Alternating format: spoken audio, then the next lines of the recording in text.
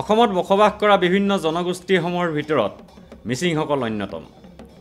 মিচিং জনগোষ্ঠী মানে নানা ৰঙী সাজপাৰেৰে জিলিকি থকা পাহুৱাল আৰু সুন্দৰী মিচিং যুৱক যুৱতী, ঐনিতম আৰু আলি আই লিগাং।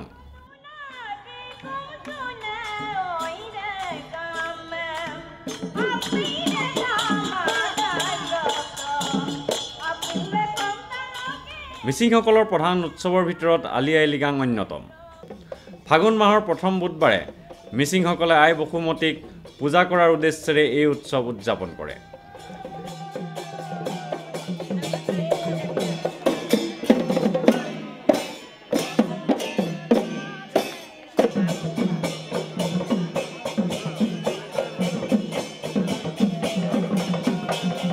আলি আই লিগাঙৰ আভিধানিক অৰ্থ হৈছে শস্য সিঁচাৰ প্ৰথম দিন। নামটোৱে প্ৰমাণ কৰে উৎসৱটি কৃষিৰ লগত জড়িত। আলি মানে শস্য বা কঠীয়া, আয়ে মানে ফল, লিগাং মানে শস্য সিঁচাৰ প্ৰথম দিন।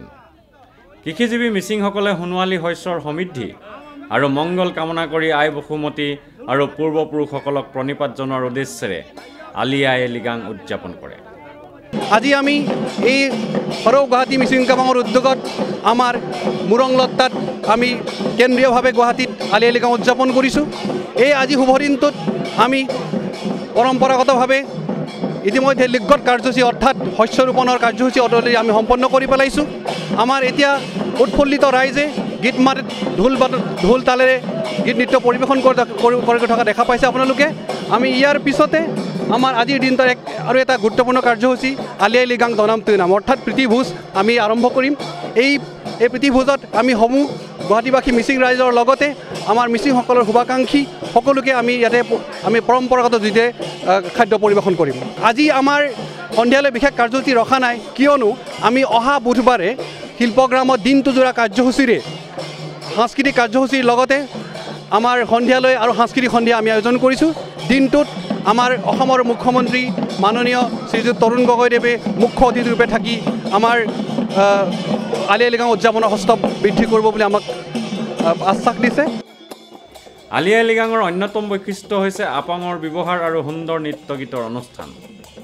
পুৱাই তৈয়াৰ কৰা বিভিন্ন সুস্বাদ্য খাদ্য খাই মিচিংসকলে পূজা সেৱা আৰম্ভ কৰে।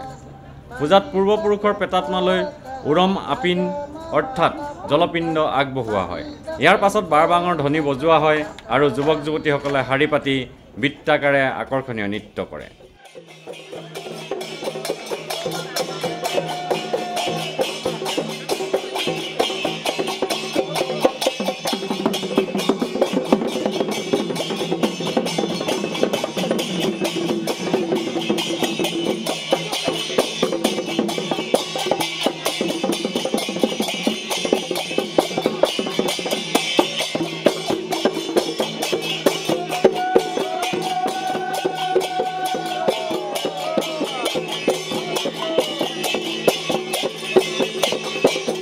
কেমেৰা পাৰ্চন সুশান্ত দাসৰ সৈতে অমৰদীপ গগৈ, চেণ্টিনেল নিউজ, গুৱাহাটী।